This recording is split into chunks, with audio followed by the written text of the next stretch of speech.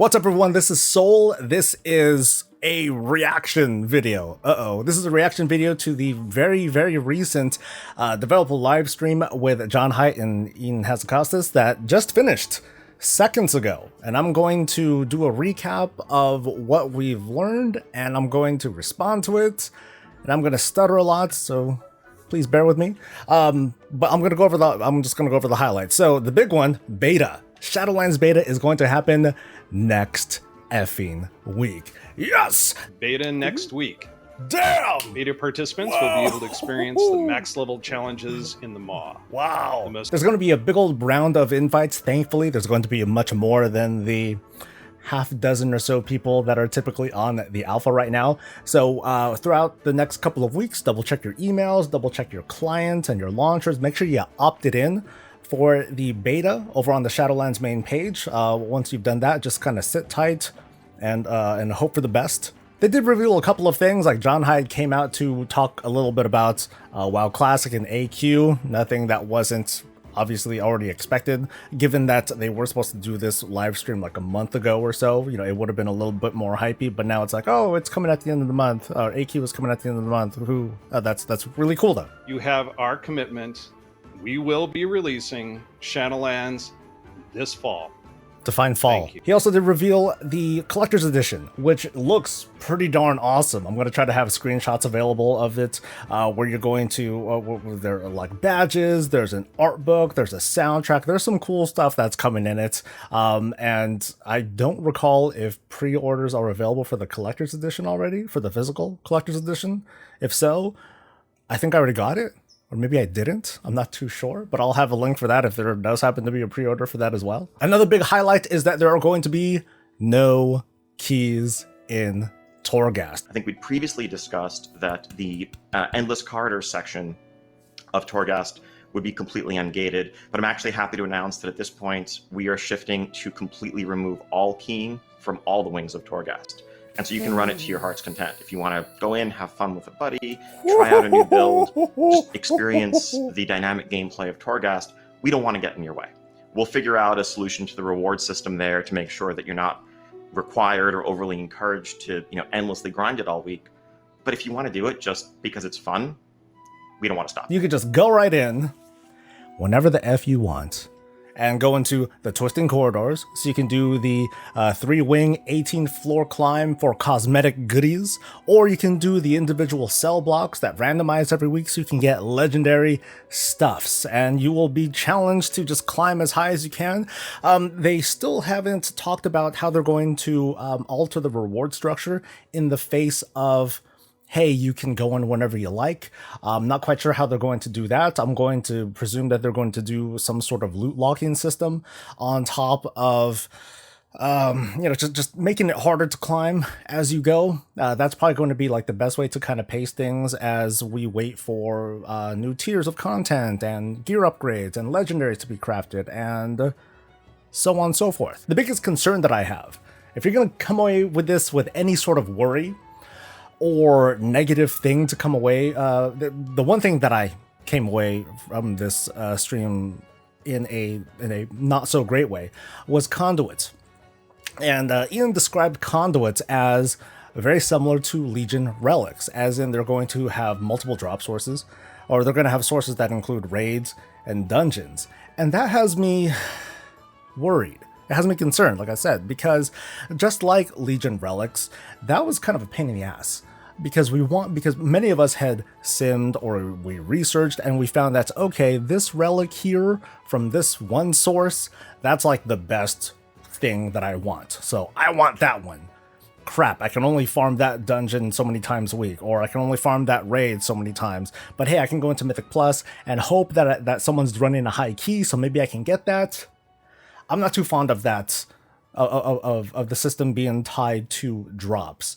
I would be, I don't know, like I think a cleaner implementation, like just straight up currency would help. And we don't have all the details either. If it is going to operate like Legion relics, then if you're going to, let's say, replace conduits from one old one to a new one, like let's say, yeah, if you're going to replace one with another, if it ends up destroying the conduit, that sucks. That really sucks. So my hopes, and to be honest, I don't have a lot of hopes. My hopes are that you can just remove conduits as you go and that you can save them. Even better is if they were like on some sort of bound system. Even better is if they were on an account-wide system. It's like, cool. But the problem is that conduits, when you slot that these conduits as they've been described on Wowhead, you might have done some research on them, they're very unique. They're unique to your spec. I'm not quite sure how that's going to work. It just has me... yeah, we're going to have to wait, though. It's hard to come to a conclusion based on a lot of things that we don't know, and I don't want to, set something up and set you up for something to be upset about. So we're just going to have to wait and see on that. I'm just worried about that because of what he did say, that it comes from dungeons and raids and stuff, and that's not the kind of farming that I want to do for stuff that seems to be a system that will complete your class or spec.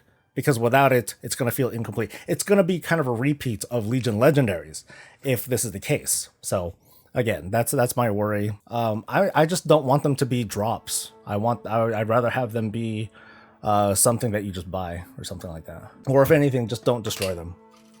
Because what if I make a mistake? And I slot something into the wrong thing and I don't want it there. I want it somewhere else instead because I like this Soulbind better.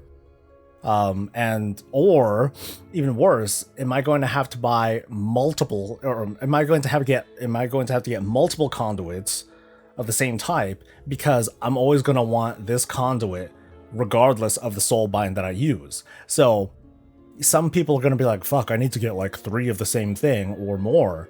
So again, let's wait and learn more, but let's bring up the concern. All right, that's kind of the takeaway here. Okay, so moving on. Renown. Renown is its rep.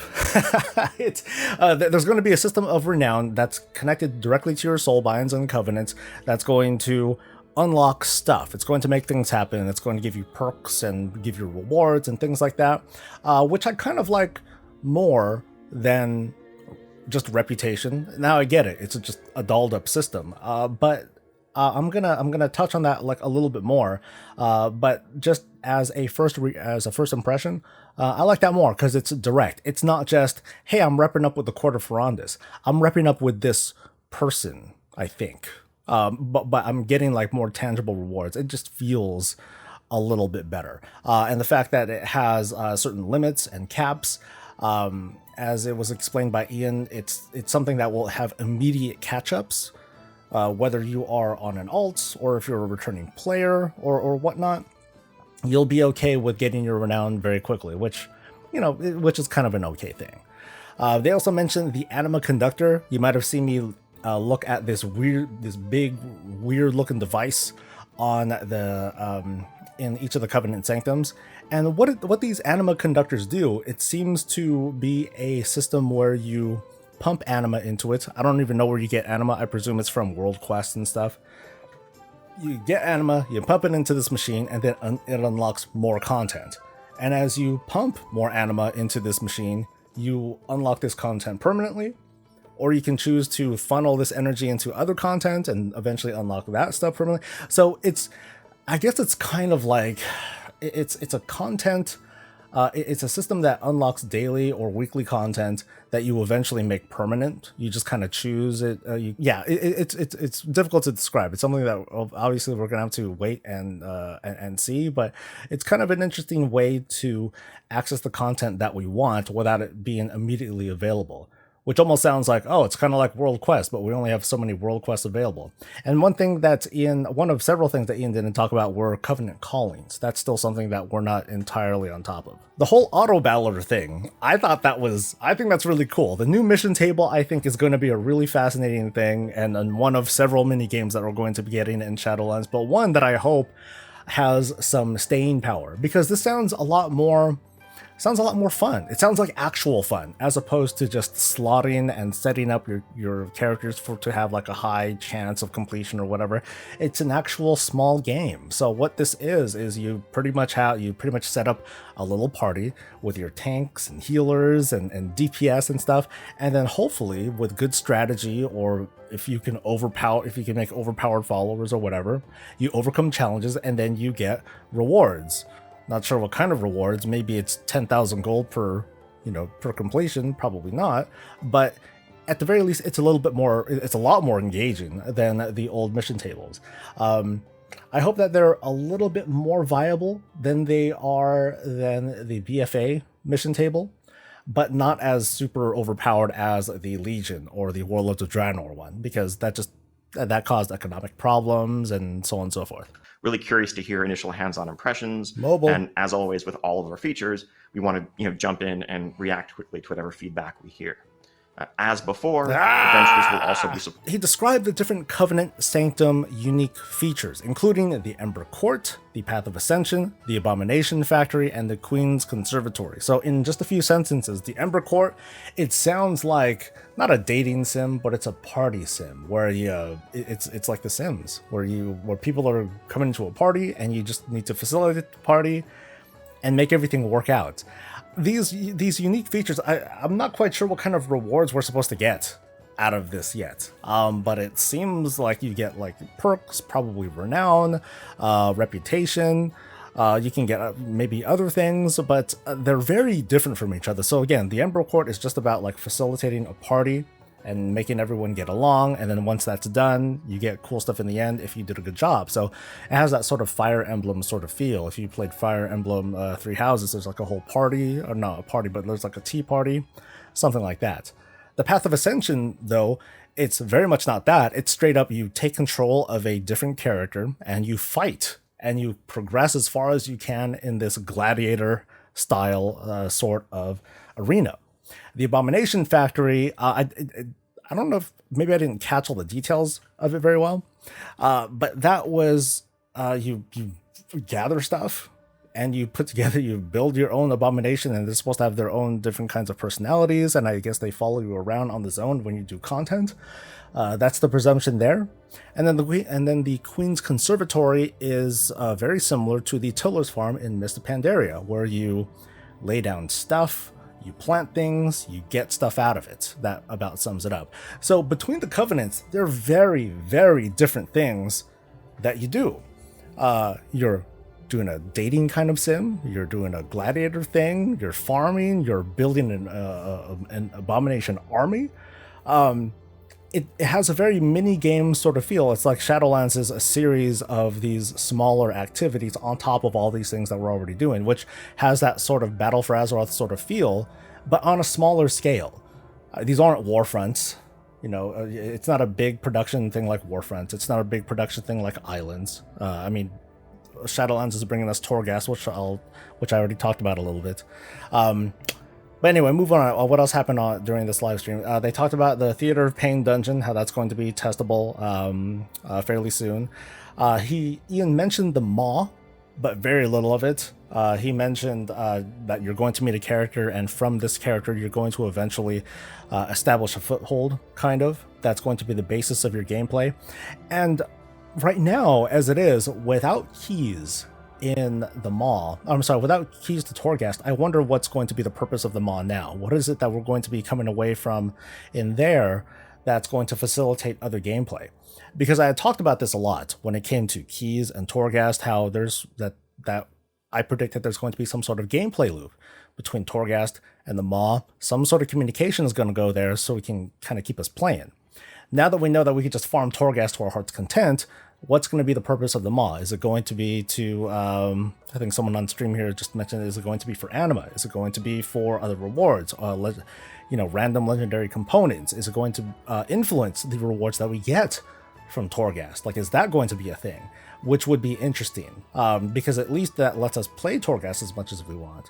But in order to make Torghast rewarding, we need to jump into the Maw and do some stuff. So there might still be a loop there. It just might not be in the same form that we think it's going to be. So That about rounds up everything that was said during the stream. And so coming away from this, I wondered to myself, like there are some people over the stream when I was watching this, and I was looking at Twitch and I was looking at my own stream here. Some people came away with like, hey, why are we dolling all these things up? Why do we have, why do we have all these mini games? Why do we have this Renown system when it's basically just rep? It's basically just another way to earn gear. So why don't we just simplify these systems and just have another dungeon, another raid, another, progression system or whatever, something that we're familiar with. And not to defend, because I don't even know what I'm defending because I haven't tested any of this stuff out, but at least I'm giving, I want to give the dev team a chance to just make a game, I suppose. Because looking at all these things, yes, there are different ways to approach the same kind of thing, but that's what all video games are, right? It's like, oh, well, video games are just ones and zeros, and that's a very facetious way to look at it. But I think it's a very interesting way an interesting and new approach to look at reputation. It's an interesting way to facilitate the distribution of content and quests. It's an interesting way to create a division between the covenants to make your choice feel unique. Now, I know that there's, of course, is going to be the concern about, well, I want to make the good choice. I want to make the right choice.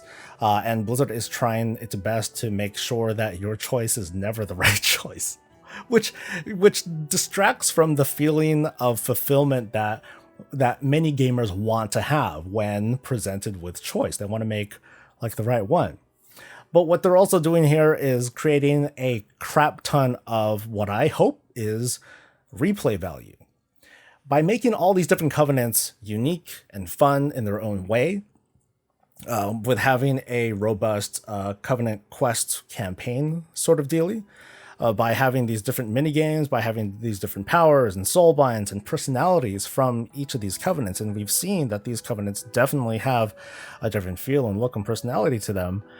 It creates that sort of replay value that encourages you, hopefully not forces, but encourages you to be like, yeah, I'm going to like roll a bunch of characters because I want to try out this other storyline. They've challenged us to do that in Battle for Azeroth by having us choose between Horde and Alliance for the entire leveling campaign as well as the subsequent war campaign, before everything kind of united together for Nazjatar, Mechagon, and all the 8.3 stuff. And I think that was okay. But of course, the divide is that it's different factions. When it came to Legion, they split up a lot of the story between all 12 classes. So it's like, cool, guys, if you want to experience like this entire storyline, you're gonna have to play through all 12 classes, all 12 class campaigns, and so on and so forth. And I have to admit, I didn't play all of them. I didn't play all through the class campaigns because I just got burned out with the whole daunting feeling of leveling so many alts and playing through all that stuff, and I'm awful for it. But at the time, at least, I just felt burned out from it because, well, I wasn't as interested in those classes. But at any rate, the point is, between those different class campaigns was a level of story that I would argue not all stories were as interesting as the others. So it kind of sucks. I mean, I played through the Hunter one, and I was like, okay, cool, I'm helping out. But it didn't feel nearly as impactful as Paladins and Priests, who lent a lot of their work towards progressing the story much further along. There are a lot of big story beats there. With the Covenant campaigns, of course, it remains to be seen because we haven't played through any of these campaigns, and all of them are going to come together. But at least in this case, we can choose we can choose our class when going through these Covenant campaigns, and hopefully we're going to find a lot of replay value there. Yeah, one big takeaway is that Blizzard didn't talk about the process of switching covenants. I mean, there's not much that needs to be said, but I think they said that it's going to be easy to change, but it's going to be hard to go back to one that you had already left. It would be nice to know the pacing of it, but as soon as beta starts and as soon as we're able to test max level stuff, we'll probably find that out. So we'll find that out shortly. It'd be nice to be able to get some news on that and kind of react to it though. So I think that is all I have to react to for now.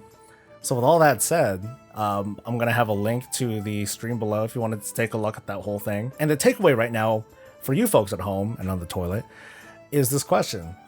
Based on what you know now, what covenant might you choose in light of the kinds of activities that you'll be doing? Knowing that you're going to be farming for conduits and whatnot for each of your soul binds and what have you. Which covenant do you think you're going to represent? Let me know in a comment below. It might be fun to find out. And I'll continue doing polls like these as we get closer and closer to launch, because I'm really interested to see just what people think. So with all that, let's get out of here, folks. You guys have a good one, and I will see you folks in beta next week.